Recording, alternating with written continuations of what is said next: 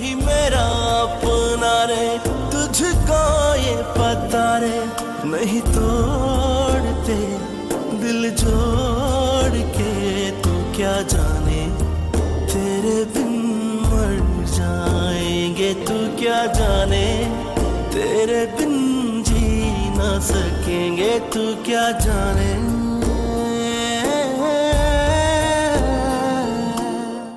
من با وکیل حرف زدم. این پرونده‌ت خیلی ضعیفه و شانس موفقیت خیلی کمه. چرا؟ ببین وقتی ما بچه رو به زور بگیریم، وقتی که بزرگ بشه باید بفرستیمش پیش باباش. من نمیذارم برگرده پیشش. عزیزم دوباره برگشتنش بحث دیگه ایه. اما دادگاه بچه رو بهت نمیده. موضوع چیه هارون؟ چیو داری ازم مخفی میکنی؟ هرچی که هست واضح به هم بگو. ببین هانی، مادر اگه دوباره ازدواج بکنه شانس گرفتن بچه خیلی خیلی براش کم میشه.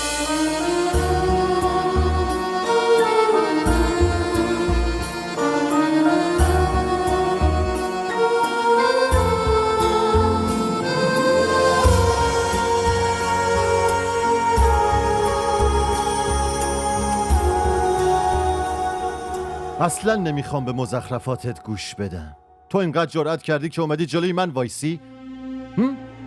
به نفته که از این خونه خودت بری بیرون. گم شو بیرون. نه شما اشتباه متوجه شدین. من نیومدم اینجا که بیگناهی خودم رو ثابت کنم. فقط میخوام اینقدر بهتون بگم که اگه من مهره مامان شاینا بودم، پس شما هم کم به اشاره های اون نرقصیدین آقا مقصود. منظورتو نمیفهمم. درست حرف بزن. فکر کردی با سر هم کردن این حرفا میتونی گناه خودتو توجیه کنی؟ کدوم گناه؟ آخه من چه گناهی کردم؟ شما به من بگین. من و شما فقط یه بخشی از نمایش مامان شاینا بودیم. میدونین چیه؟ ما هر کاری که اون میخواسته ما انجام دادیم. هر چی که ما گفتیم همونی بوده که اون میخواسته ما بگیم. هر چی که شده همونی بود که اون واسش نقشه کشیده بوده. ما هم حتی روحمون از این قضیه خبر نداشته. تو چه فکری پیش خودت کردی؟ فکر کردی کورم نمیشنوم ها؟ من با همین دوتا چشمای خودم هارونو تو اتاقتو دیدم. فقط دیدی نه؟ چرا فکر نکردی؟ اونی که به پاکدامنی زن اعتماد داره فقط شوهرشه. تو تمام این چند سال زندگی ما، شما فقط یه لحظه رو به هم بگین که من به شما خیانت کرده باشم. من که واسه برگشتم حاضر بودم. شما از چاندی بپرسین ها، اون دخترتونه. از مامانتون بپرسین. اگه باور نکردین از همسرتون بپرسین. اگه میتونین ازش بپرسین. اگه میخواین واقعیت رو بفهمین.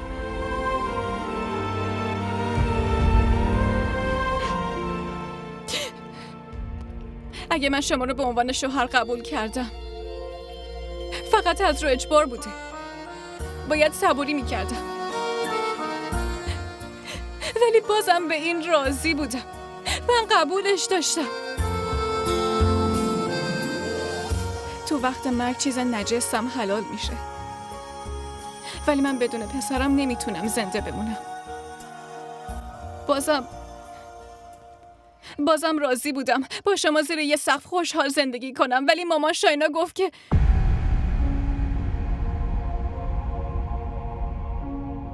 ولش کن. مهم نیست اون چی گفت، ولی من پیشتون التماس میکنم. من حاضرم به پاتون بیفتم. لطفاً این ظلمو به من نکنید. هر اتفاقی افتاد من هیچ تقصیری توش نداشتم. من فقط یه مادرم که دلش واسه بچهش تنگ شده، همین. لطفاً این ظلمو به من نکنی. بچه‌مو به هم برگردونی. چندی تو رو خدا به بابات بگو. بابا، هانی راست میگه. شما گفته بودین که حواستون به همه چی هست. پس واقعیت رو ببینین و تصمیم بگیرین. مبادا در حقش بی‌انصافی بشه. बता दे कैसे जीना है सिखा दे बेवफाई बना दे मुझे कोई बदला. من گفته بودم این شاینا زن خیلی زرنگیه. تجربه منو دیدی؟ من این موها رو تا آسیاب سفید نکردم. بابا، اشتباه بزرگی کردین. اگه یکم صبور بودین و تحمل میکردین این اتفاقا نمیافتاد. دخترم یه خونه زندگی ساخته شده از بین رفت به خاطر شاینا. شما ندیدین هانی چه حالی داشت مامان بزرگ؟ از دوری پسرش خیلی بیتابی میکنه. اون دختر خیلی خوبی بود، از دستش دادی. به خاطر بیعقلیای مقصود از دستش دادی. خواهش میکنم مادر، خواهش میکنم تمومش کن. دیوونم کردین. از اولشم مغزم کار نمیکرد. پسر جون، اگه الانم عقلت کار کنه هیچ سودی نداره. الان پشیمونی چه فایده ای داره؟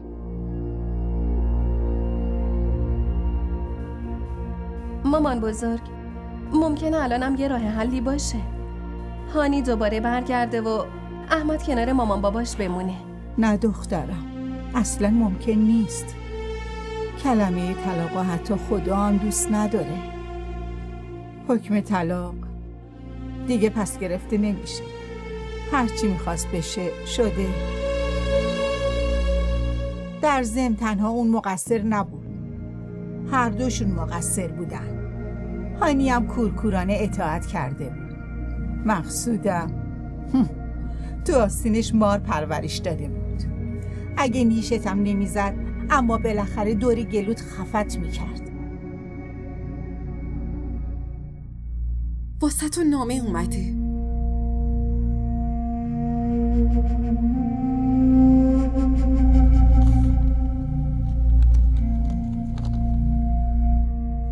چیه مقصود؟ اگر اجازه بدین میگم.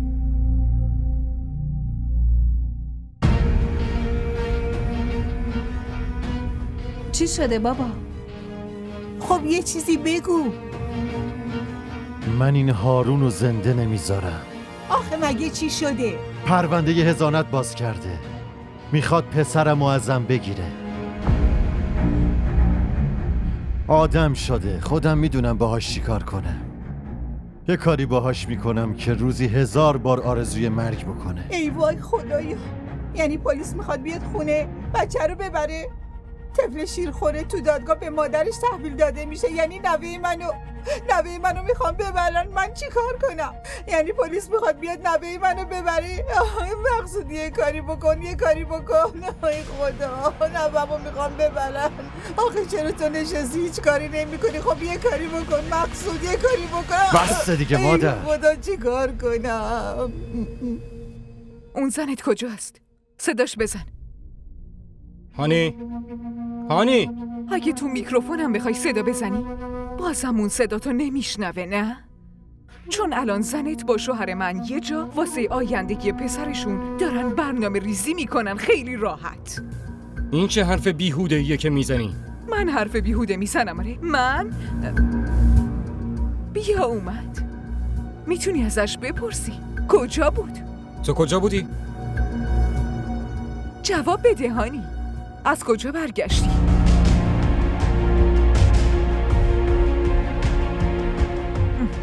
هانی، تو ازدواج کردی؟ هارون تو رو خیلی دوست داره. چرا بهش خیانت میکنی؟ ببین، من بهت قول داده بودم که تو زندگیت همه چی رو درست میکنم.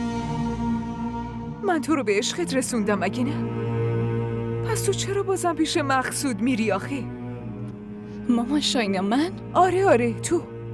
من باعث ازدواج تو با مقصود شدم، وگرنه تو چی فکر میکنی؟ برای مقصود دختر دیگه ای پیدا نمیشد اصلا. اما بازم من به رضایت تو فکر کردم. انقدر دروغ نگین مامان شاینا. ببینم شما از خدا هم نمیترسین؟ هارون، این حتما نقشه جدیدشه. هیچ نقشه ای نیست. ببین، خدا کردم و یه ذره آرامش به دست آوردم. چرا داری خرابش میکنی؟ مگه هارون چه کم و کسری داره؟ جذابه، تحصیل کرده، پول داره و از همه مهمتر خیلی دوستت داره. تو چرا اینو نمیفهمونی هارون؟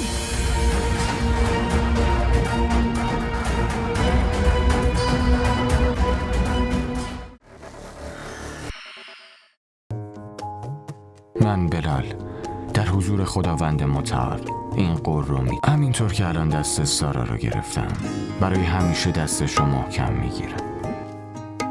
اصلا میدونی که زن و بچه دارن تو چه شرایطی زندگی میکنن؟ اگه تو نمیخوای منو طلاق بدی خودم پرونده طلاق باز.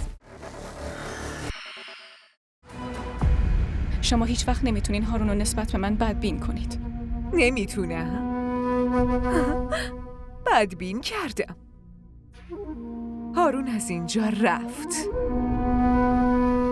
قبول کن عزیزم. احمد رو فراموش کن. بعدش همه چی درست میشه. ها؟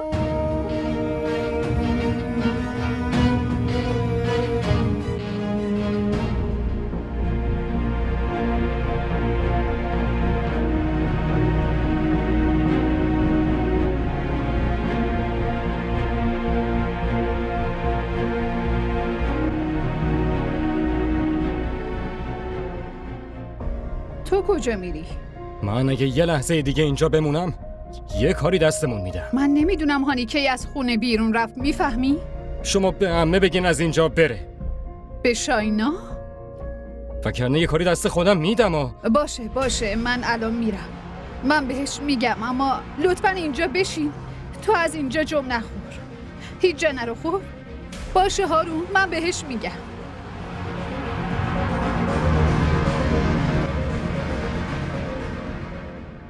خودت به هم پیشنهاد دادی که واسه مقصود خودم زن پیدا کنم، یکی که مدیون من باشه و بتونه منو درک کنه. پس تو دنیا به جز تو کی میتونست باشه؟ کسی که بیشتر از همه مدیونمه تویی، نه؟ و کی بهتر از تو میتونه درکم کنه ها؟ مگه نهانی؟ همین تو نبودی که شبا با دست خودت اشکای غمگین منو پاک میکردی عزیزم؟ شما این پاداشو به هم میدین؟ این حرفو نزن. فقط حرف منو گوش بدیم. من با مقصود ازدواجتو انجام دادم. شما بچه دار شدی. میدونی خیلی خوشحال بودم. همه چی درست پیش میرفت. اما بعدش تو چشمای که مقصود من نسبت به تو اون عشقی رو دیدم که میخواستم برای خودم ببینم. از اون به بعد زیر نظر گرفتمش. تو رو به من ترجیح داد. ازم دور شد. فرار میکرد. میخواست به تو نزدیک بشه، چیزی که نمیتونستم تحمل کنم.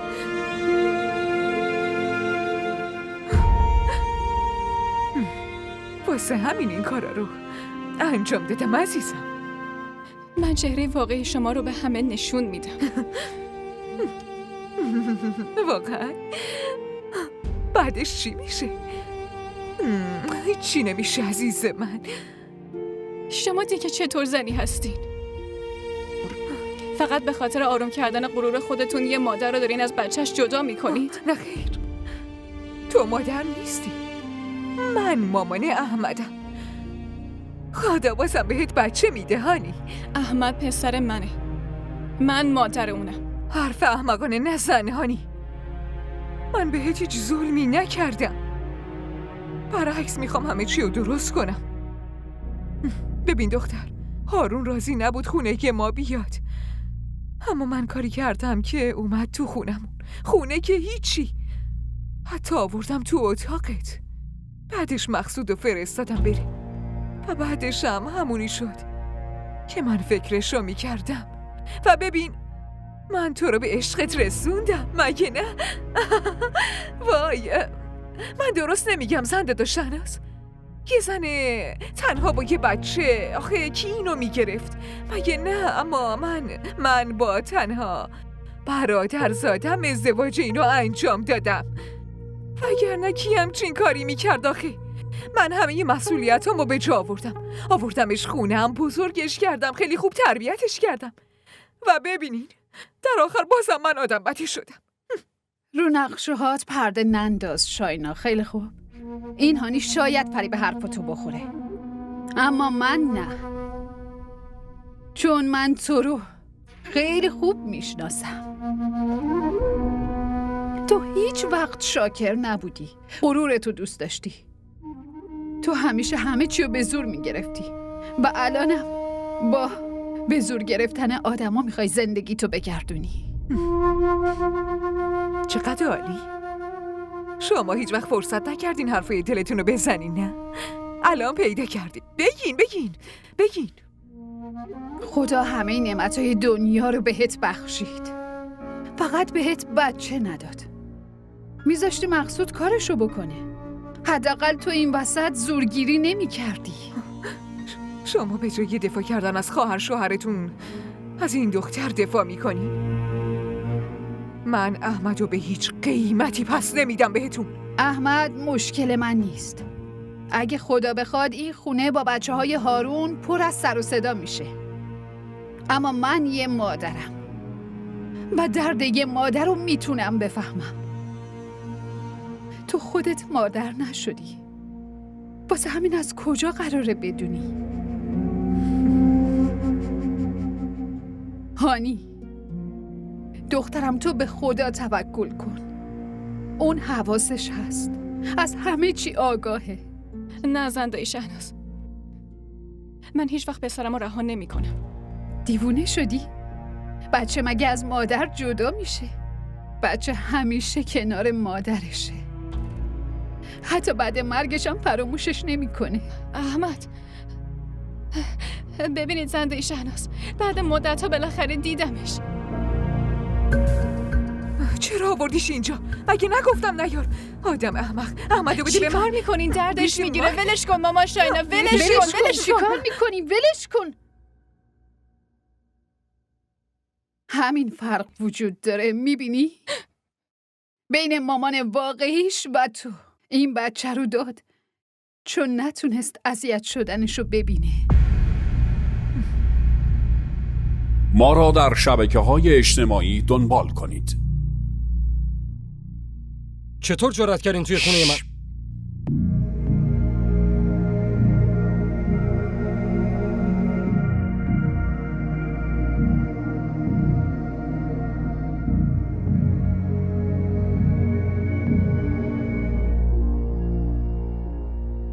بچه رو بده به هانی.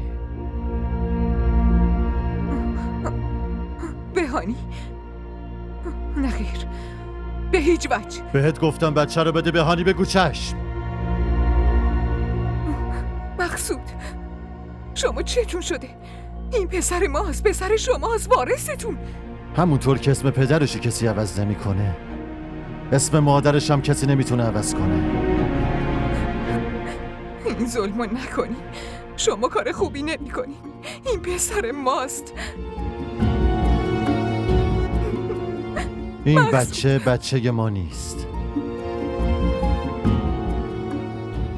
پسر منه.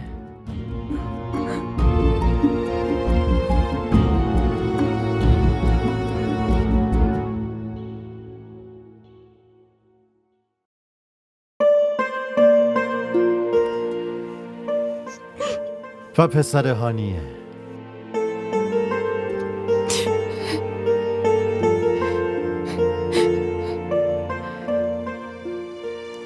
دست به من نزن. تو همه این سالهایی که گذشت مادرم بیشتر از همه تو رو شناخت، اما من برفاش گوش ندادم و باور نکردم. انگار که کور و کر شده بودم.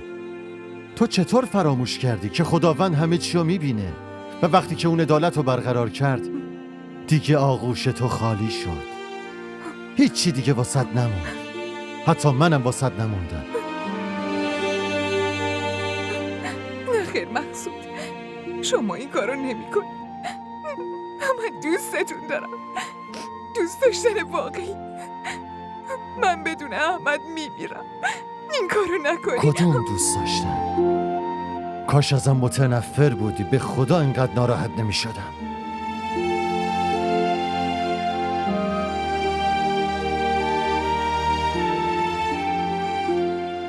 لطفاً حلالم کن. اگه تو منو ببخشی حداقل شبا با خیال راحت میخوابم. من اصلا دلم نمیخواد که پسرم احمد و این زنی که یه حیله‌گر و مکار بزرگ کنه.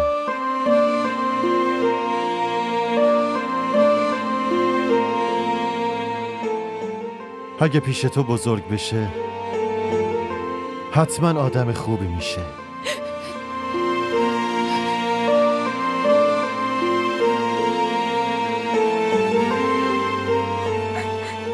این کارو نکنین مقصود، لطفاً این کارو نکنین. تمومش کن.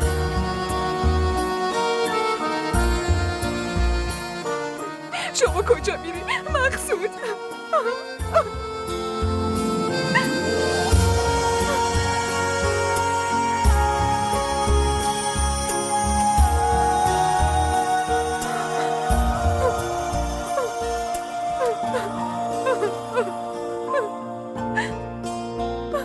अब तू ही बता दे कैसे जीना है, सिखा दे बेवफाही बना. بگو ببینم خوشگله. ببینی وقتی آدم عاشق یکی میشه دیگه نمیپرسه که چقدر خوشگله. شاید اون از همه خوشگل‌تر باشه. این عشق عزیز دلم آب نیست که هر وقت تشنت شد بگی یه لیوان آب بده. برای آب باید هزینه شو داد، به همون قیمتی که تشنه های کربلا پرداخت کردن. مقصود چی کار کردی پسرم؟ بچه خودتو به یه غریبه دادی؟ مگه کسی همچین کاری میکنه؟ شاینا همیشه یه غلطایی میکنه، اما تو غلط بزرگتر از اونو کردی. وای مادر حق بیشتری داره و از همه مهمتر اون همیشه پسر من میمونه، مگه نه؟ اما من چطوری نوامو ببینم؟ ای بابا، خب میتونین برین خونش ببینینش. اما خونه من خالی میمونه. مادر، چاندی که پیش خودمونه. چاندی مال مردمه. فردا پس فردا اومدن بردنش، من چیکار کنم؟ من دیگه همیشه تنها میمونم.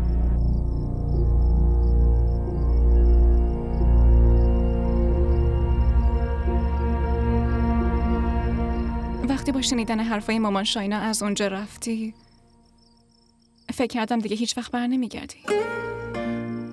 ببین هانی، اون عمه منه. گفتم بهش بی احترامی نکنم، واسه همین از اونجا رفتم. یه سوال بپرسم. تو احمد دوست خواهی داشت نه؟ من هرچی متعلق به تو رو دوست دارم. این که دیگه پسرته. دیگه هم این سوال ازم نپرس ها؟ البته اگه دوست داری سوال بپرسی میتونی بپرسی آیا همه عمر دوستت خواهم داشت یا نه. جواب اینم خیلی واضح بهت میگم. خب بس دیگه، فهمیدم چقدر دوستم داری. عزیزی احمد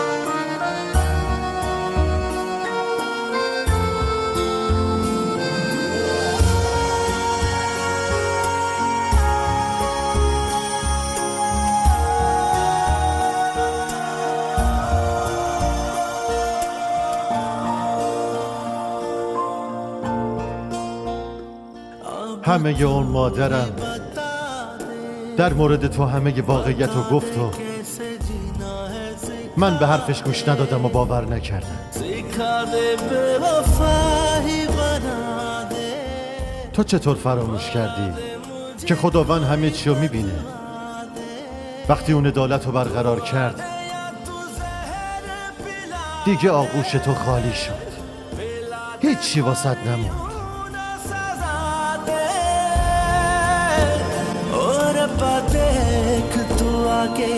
मनी दुनिया खुदा रे तुझे छोड़ के मोह मोड़ के तू ही मेरा شاینا خانم، شاینا خانم، شما چرا اینجا اینطوری وایسادین؟ برین تو اتاقتون استراحت کنین. دیگه نصف شب شده.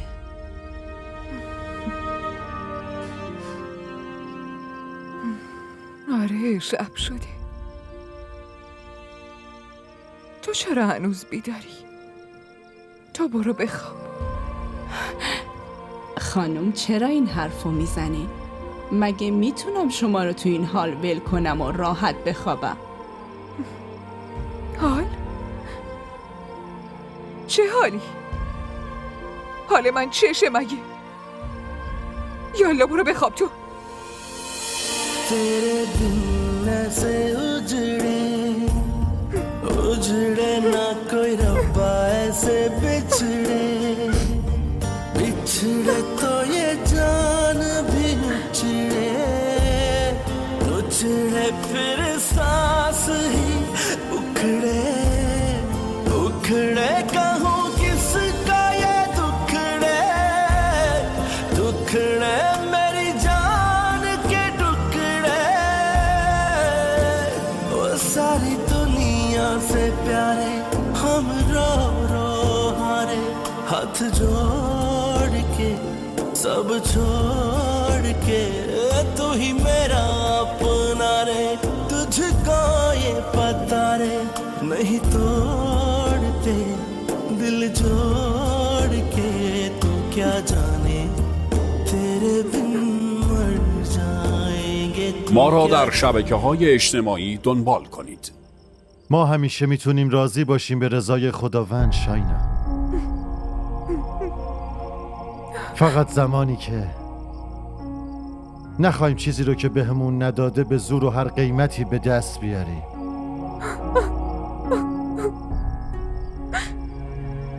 این خیلی ساده است اما تو هیچ وقت نفهمیدی. اما احمد ببین ما لیاقت بچه رو نداریم. تقدیر ما همین بوده شاینا، تنهایی. تو که همه این ماجرا رو با خودخواهی و فریب و نیرنگ درست کرده بودی. عشقو که معامله کردی، اعتمادم که کشتی.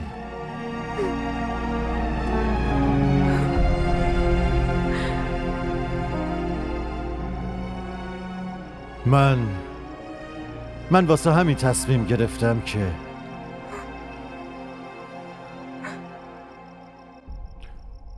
اون بچه رو با آغوش مادرش بسپارم.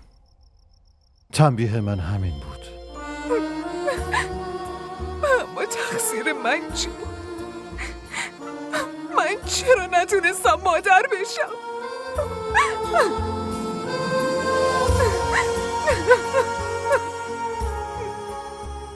حکمت خداونده، این تصمیم خداونده. چرا به فرمانش راضی نباشیم وقتی حکمتش اینه؟ پس با نهایت تواضع سرخم کنیم.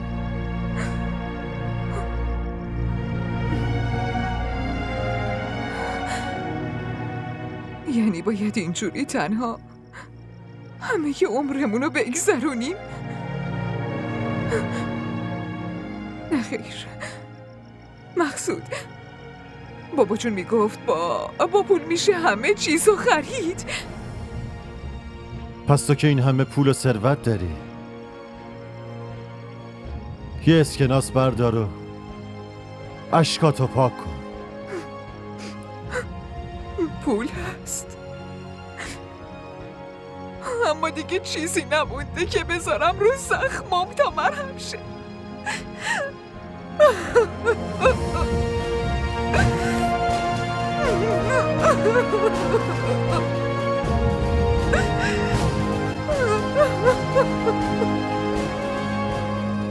तू ही मेरा अपना रे, तुझको ये पता रे, नहीं तोड़ते दिल जोड़ के, तू क्या जाने तेरे बिन मर जाने. DDTV ارائه کننده بزرگترین سریال های درامای ترکی، کره‌ای، پاکستانی دوبله شده به فارسی می باشد. لطفاً سابسکرایب کنید و عضوی از خانواده ما شوید.